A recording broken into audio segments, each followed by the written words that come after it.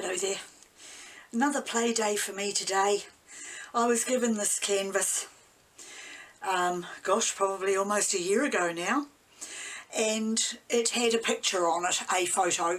It was a photo canvas. So I have just put a bit of gesso over it, and I've decided to do a travelling pour down it with the leftover paints I had from yesterday, which were rainbow colours, and I've added some black to them, and my titanium white. And I'm going to kiss pour them from this end of the canvas down, then tilt it to see what I can get. So I'll start now. Before I start, I'm sorry if you don't get to see much of what I'm actually doing while I'm pouring, due to the position of the camera and because I've got it as high as I can get it to get all the canvas in.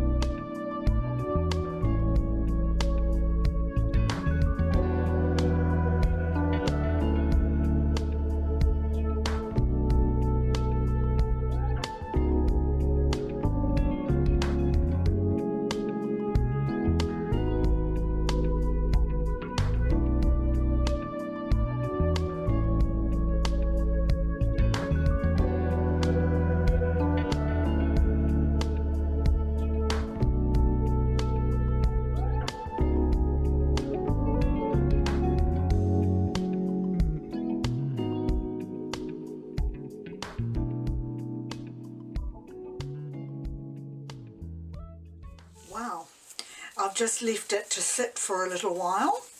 I might even give it a quick torch now. I've got my gloves on. I'll give it a quick torch and just walk away and leave it just for a little bit longer for the rest of those colours to settle, because they're looking so pretty, and I just want to let them do their own thing before I start tilting.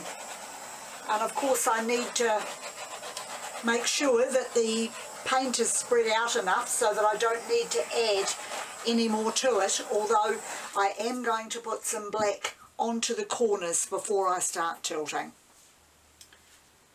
I'll just take the cup out from underneath and let it flatten. And I'll be back in 5 minutes or so to start the tilting. Right, I'm back again. Looking good. There's a few bubbles I want to take out before I start tilting, because they are colours are coming through and I can tilt those in.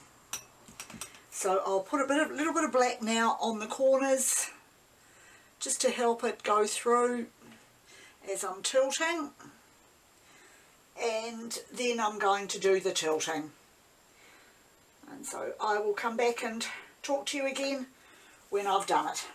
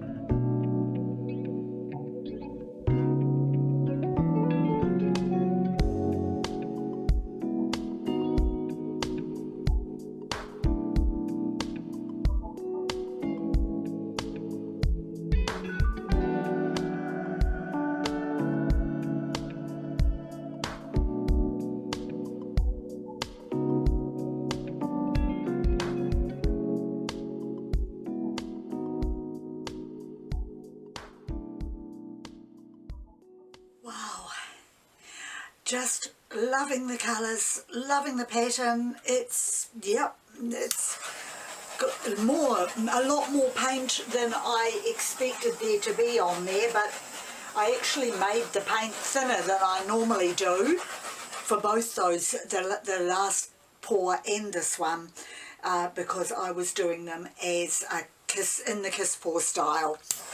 So now the torch can bring out some of the bubbles, and of course may pop a few of the colours up and through as well. I've got what I call the curdling effect through there, and also over the edges a little. For some reason or other I've got quite a few cells, small cells down the edge on the side of this one. So, which I might actually take the camera down and show you. Bring it down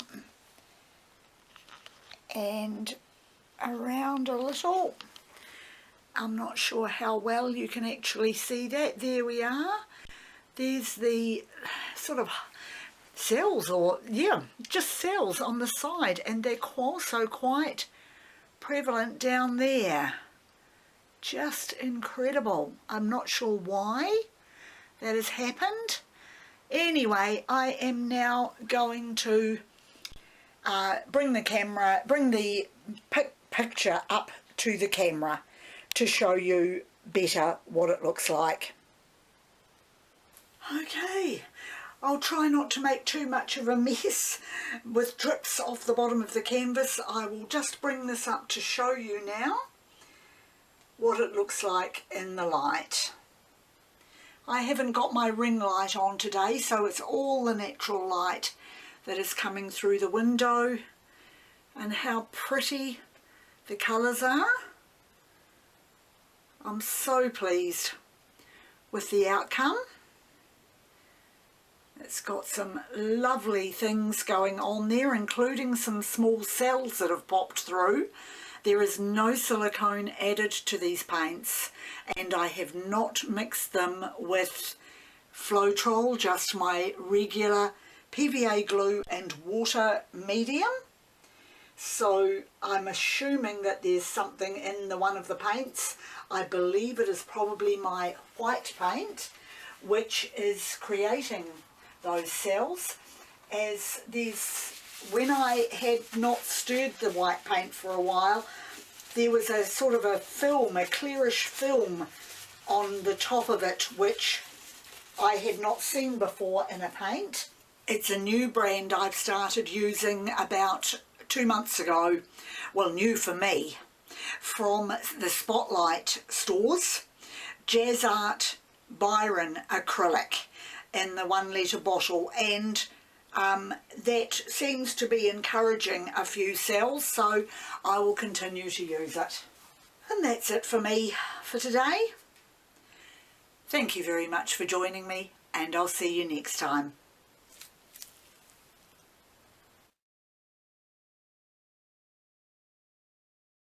Well, I've decided to try doing the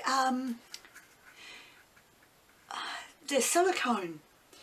I've forgotten what the name of it is, but it's just bumping the silicone into the paint to see what comes up, and I'm quite impressed with what's happening at the moment. I'm just going to switch to a slightly smaller stick so I can do a smaller one as I curl in towards the edge.